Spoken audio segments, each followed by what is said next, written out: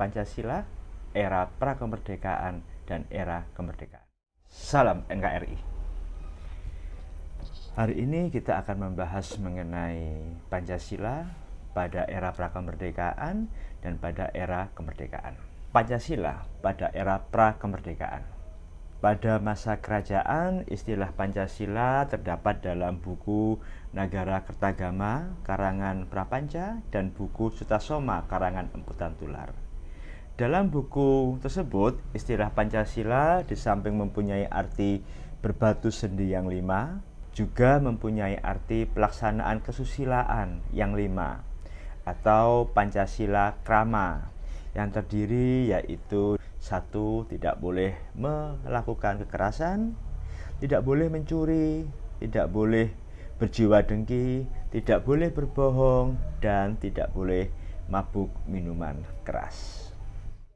Pada era prakemerdekaan, selain terdapat pada 2 buku tadi, Pancasila juga termanifestasi di dalam Sumpah Pemuda pada tanggal 28 Oktober 1928, di mana nilai-nilai Pancasila termaktub di dalam sumpah yang diucapkan oleh para pemuda Indonesia. Pada sisi lain, begitu lamanya Indonesia dijajah, maka nilai-nilai kebangsaan tadi telah mulai hilang, sehingga Indonesia harus menemukan lagi jati diri bangsanya. Nah, untuk itulah maka Dr.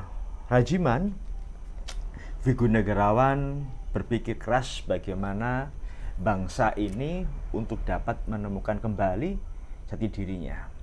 Perasaan Dr. Rajiman tersebut disampaikan pada sidang BPUPKI yang pertama, yaitu pada tanggal 29 Mei hingga 1 Juni 1945.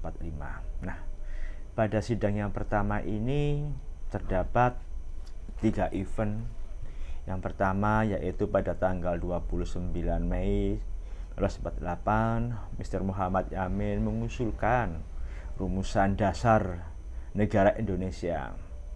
Demikian juga pada tanggal 30 Mei 1945, Profesor Dr. Supomo mengungkapkan teori-teori tentang negara. Kemudian pada tanggal 1 Juni, Insinyur Soekarno mengusulkan 5 dasar negara. 5 dasar tersebut dikenal dengan istilah Pancasila. Namun beliau juga mengusulkan jika kurang berkenan dengan 5 sila tadi, maka dapat diperas menjadi Trisila. Jika Trisila masih dirasa belum memenuhi, maka dapat diperas lagi menjadi Ekasila. Nah, Ekasila ini lebih berfokus pada gotong royong. Setelah sidang BPUPKI yang pertama dilaksanakan, terjadi perdebatan sengit yang disebabkan adanya perbedaan pendapat.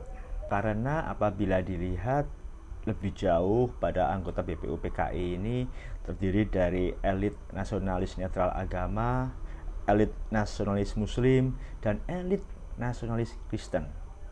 Elit muslim di BPUPKI mengusulkan Islam sebagai dasar negara. Namun dengan kesadaran yang tinggi, dengan terjadinya kompromi politik antara pihak yang netral dengan pihak muslim, menyepakati Piagam Jakarta yang berisi 7 kata dengan kewajiban menjalankan syariat Islam bagi pemeluknya diganti menjadi ketuhanan yang Maha Esa.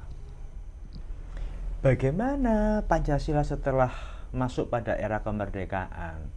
Pancasila kemudian disahkan oleh sidang PPKI pada tanggal 18 Agustus 1945 sebagaimana termaktub pada pembukaan Undang-Undang Dasar, dengan terlebih dahulu menghilangkan 7 kata tadi sehingga menjadi kalimat ketuhanan yang Maha Esa. Apakah setelah era kemerdekaan hal tersebut tidak ada polemik? Ada.